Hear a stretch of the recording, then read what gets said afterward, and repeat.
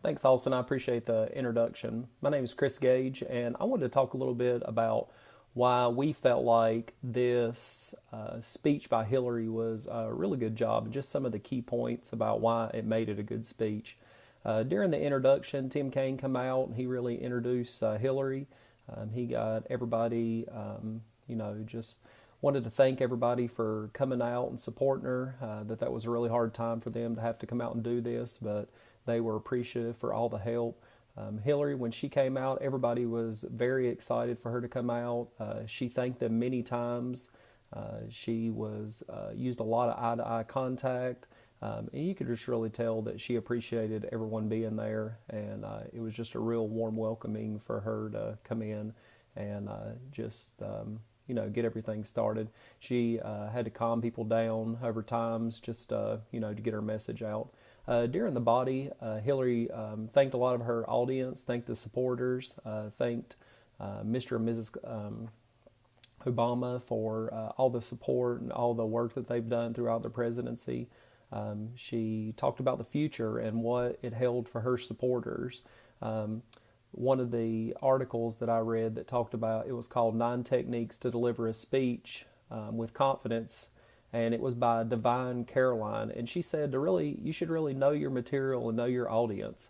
And Hillary Clinton and Tim Kaine both knew their audience because they had been speaking to them for the last months trying to get to the presidency. And so they really knew their audience, and they had definitely practiced a lot. She talked about in her article that, you should really get up there and practice your speech and know what you're going to say. Hillary Clinton's been in office in the Senate, been in different political parties for 30 plus years, so she's definitely had practice delivering speeches and talking to people and really getting on their side. So she was definitely able to win those people over. She talked about her support for Tim Kaine and his wife and all that they've done. She also tried to inject a little humor into the crowd. This is not one of the best speeches to have to give because she was conceding to Donald Trump for winning the presidency. But even though she had some times of emotion, she was able to put some laughter into the crowd just to get people, stirred up a little bit. Another article that I read was called Eight Public Speaking Techniques to Wow Your Audience, and one was to connect with emotion.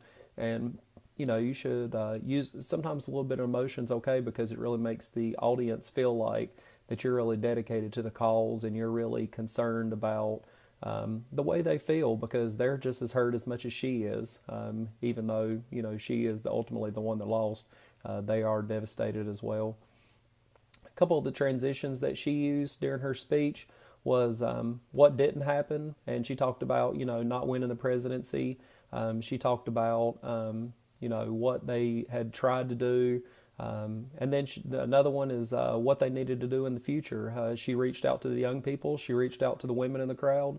And she told them that let this be a stumbling block, but let it carry forward to your future goals, that you need to be able to, just take this momentum and go forward. That, it doesn't take a president to carry on their message, but their message needs to be carried forth because if it stops now, then obviously, that's going to be detrimental.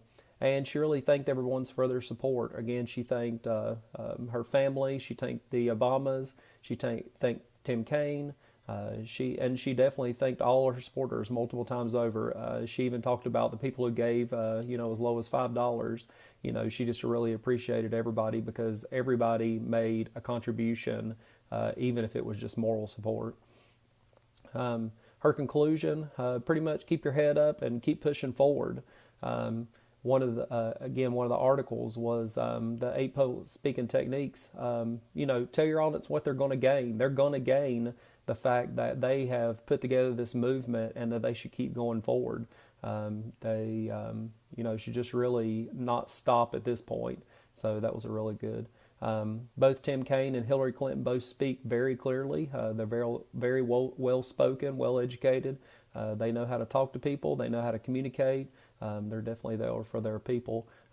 Using good sentences. They definitely stayed on topic. Hillary didn't talk about Donald Trump, really whatsoever. So that was really positive that she kept it at a positive note. Just really talked about what needs to go forward from this time on. And it was really nice just to see a good concession speech. We're through with all the slamming and harsh comments of one another. So it was nice just to see appreciate your support. This is what we need to do to go forward. So that was really nice. Posture and eye contact was very good. They were definitely they were using notes a couple times. You could tell when Tim Kaine stepped away from the podium, he put some paper in his pocket. So there were some little note cards that he had, but he definitely was able to keep eye contact. She was too, able to look at her supporters. Really get in there and show emotion. Nebo literature, speech techniques talked about nonverbal communication is just as important as verbal communication. Have that body contact, the stance, the eye contact. Really show emotion into your message. The volume and pitch was good. No,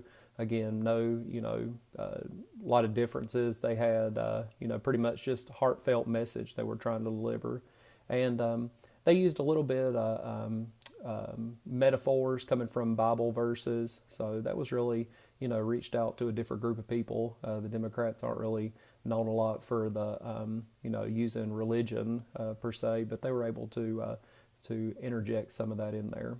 I appreciate your listening to me, and I'll turn it back over to Austin.